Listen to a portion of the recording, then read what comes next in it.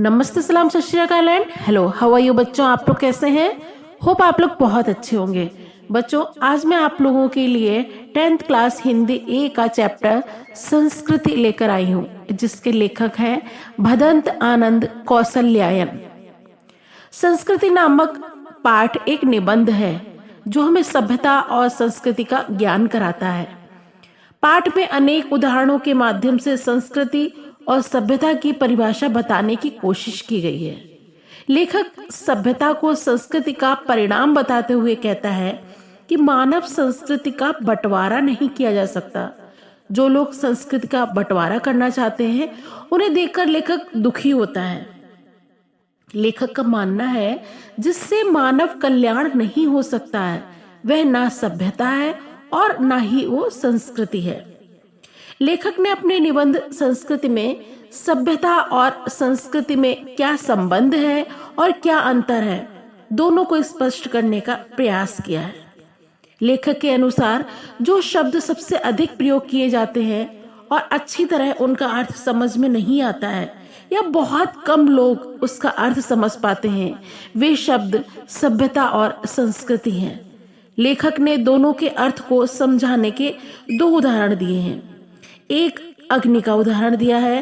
लेखक ने सभ्यता संस्कृति के अर्थ को समझाने के लिए पहला उदाहरण दिया है कि जब मानव समाज का अग्नि देवता से साक्षात्कार नहीं हुआ था तब आदमी ने अग्नि का आविष्कार किया। जिस आदमी ने अग्नि का आविष्कार किया होगा वे कितना बड़ा आविष्कार करता रहा होगा। और दूसरा उदाहरण दिया है सुई धागे का।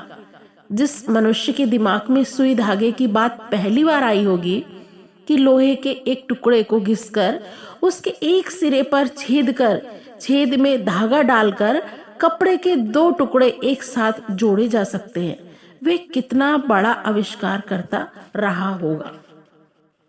यहाँ पहले उदाहरण में किसी व्यक्ति विशेष की आग का आविष्कार कर सकने की शक्ति और दूसरी चीज आग का आविष्कार है।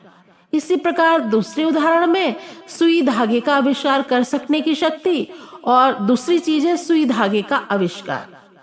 जिस योग्यता, प्रवृत्ति और प्रेरणा के बल पर आग और सुई धागे का आविष्कार हुआ है वह है व्यक्ति विशेष की संस्कृति। और उस संस्कृति के द्वारा जो आविष्कार हुआ, जो चीज उसने अपने और दूसरों के लिए आविष्कृत की, उसका नाम है सभ्यता। इससे जो चीज जितनी परिष्कृत होगी, अच्छी होगी, उतना ही उसका आविष्कार करने वाला सुसंस्कृत होगा। अर्थात जो व्यक्ति किसी चीज का आविष्कार करता है वह सुसंस्कृत व्यक्ति होता है। एक सुसंस्कृत व्यक्ति किसी चीज की खोज करता है और वह चीज संतान को अनायास ही प्राप्त हो जाती है। यहाँ संतान अपने पिता की तरह सभ्य भले ही बन जाए, किंतु वह पिता और पूर्वजों की तरह सुसंस्कृत नहीं बन सकते। जैसे न्यूटन एक संस्कृत मानव था, उसने गुरुत्वाकर्षण के सिद्धांत का आविष्कार किया था। आज उस सिद्धांत से भौतिक विज्ञान के सभी विद्यार्थी परिचित ही नहीं अपितु और भी अनेक बातों का ज्ञान रखते हैं। ऐसे विद्यार्थियों को न्यूटन की अपेक्षा अधिक सभ्य भले ही कह सकते हैं कि न्यूटन जितना संस्कृत नहीं कहा जा सकता है। लेखक के अनुसार आग के आविष्कार में पेट की ज्वाला एक कारण रही होगी।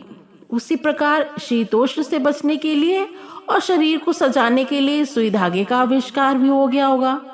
पर जिस व्यक्ति का पेट भरा है और शरीर भी ढका है फिर भी उसे नींद नहीं आती है और वह आकाश की ओर देखते हुए जानने की इच्छा रखता है कि मोतियों से भरा ये थाल है क्या, ये सिद्ध करता है कि एक संस्कृत व्यक्ति निठल्ला नहीं बैठ सकता। इस तरह हमारी सभ्यता का एक बड़ा अंश हमें ऐसे ही संस्कृत निष्ठ आदमियों से मिला है जिनकी चेतना पर स्थूल भौतिक कारणों का प्रभाव प्रधान रहा है। सभ्यता का दूसरा हिस्सा हमें मनीषियों से मिला है जो अपने मुंह की ओर ले जाते हुए कौर को दूसरे के मुंह में डाल देते हैं। जैसे रोगी बच्चे को गोद में लिए हुए सारी रात माँ बैठी रहती है।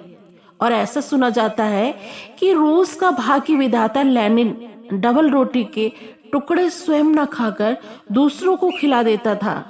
संसार के मजदूरों को सुखी देखने के लिए कार्ल मार्क्स ने अपना सारा जीवन दुख में बिता दिया और सिद्धार्थ ने अपना घर केवल इसलिए त्याग दिया जिससे तृष्णा के कारण लड़ती कटती मानवता सुख से रह सके। इस तरह ऐसी योग्यता जो किसी महामानव से सर्वस्व त्याग करा देती है, वही होती है संस्कृति। और संस्कृति का परिणाम है सभ्यता। हमारे खाने पीने के तरीके, हमारे ओढ़ने पहनने के तरीके, हमारे आने जाने के साधन, हमारे परस्पर कट मरने के तरीके, ये हमारी सभ्यता है। मानव की जो योग्यता उससे आत्मविनाश के साधनों का आविष्कार कराती है, उसे संस्कृति कहें या असंस्कृति, क्या कहें। इसी प्रकार जिन साधनों का आदमी अपने बल पर आत्मविनाश में जुटा है, उन्हें हम उसकी सभ्यता समझे या असभ्यता। तो संस्कृति का यदि कल्याण की भावना से नाता टूट गया तो वह असंस्कृति ही रहेगी, और ऐसी संस्कृति का अवश्यंभावी परिणाम असभ्यता के अतिरिक्त दूसरा क्या होगा। अतः मानव संस्कृति का एक अविभाज्य वस्तु है, और उसमें जितना अंश कल्याण का है वह अकल्याणकार की अपेक्षा श्रेष्ठ ही नहीं, स्थायी भी है।